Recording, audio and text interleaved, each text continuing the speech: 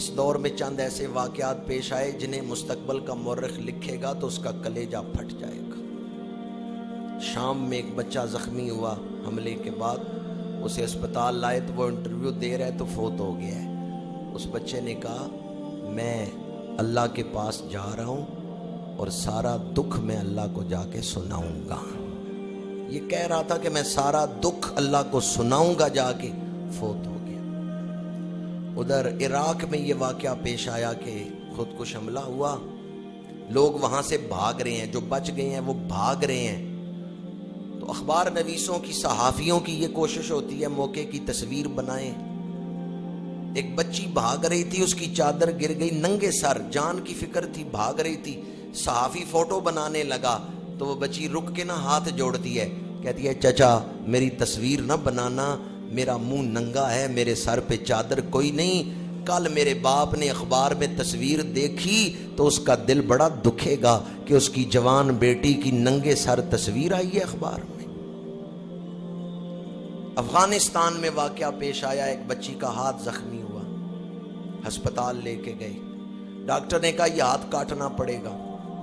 جب ڈاکٹر نے کہا نا ہاتھ کاٹنا پڑے گا، اس بچی نے دوسرے ہاتھ سے فوراً اپنی آستین پیچھے کی اور آستین پیچھے کر کے کہا کہ ٹھیک ہے میرا ہاتھ کاٹ لو لیکن میری قمیض نہ کاٹنا، میرے پاس اور سوٹ کوئی نہیں، میرے پاس اور قمیض کوئی نہیں ہے، یہ ایک قمیض ہی میرے پاس۔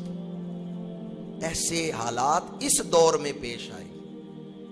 اور ایک واقعہ تو ایسا ہے جن دنوں میں یہ پیش آیا، میں نے دانستہ اپنے اوپر بڑا قابو کیا اور بیان نہیں کیا، اشارتاً بیان کیا، اور اب بھی ہمت نہیں کہ بیان کر سکوں۔ میں جب بھی اس منظر کو سوچتا ہوں کلیجہ منہ کو آتا ہے۔ بچوں نے قرآن حفظ کیا، دستار بندی ہوئی، ان کے گلے میں ہاتھ ڈالے گئے، وہ تصویر لگی ہوئی ہے کہ بچوں کی دستار بندی ہو گئی۔ یہ واقعہ افغانستان میں ہوا ہے، اور ساتھ ہی تصویر لگی ہوئی ہے چند لمحوں بعد ان کی لاشیں بکھری ہوئی۔ کچھ دیر پہلے وہ قرآن کے حافظ خوش ہیں کہ آج ہماری دستار یہ چند ماہ پہلے کا واقعہ، چند ماہ پہلے کا واقعہ۔ حفاظ بیٹھے ہیں، 9 عمر بچے، آج ہمارا حفظ مکمل ہو گیا، دستاریں باندھی گئی ہیں ان کو، اور ساتھ ہی تصویر لگی ہے ان کی لاشیں پڑی ہوئی۔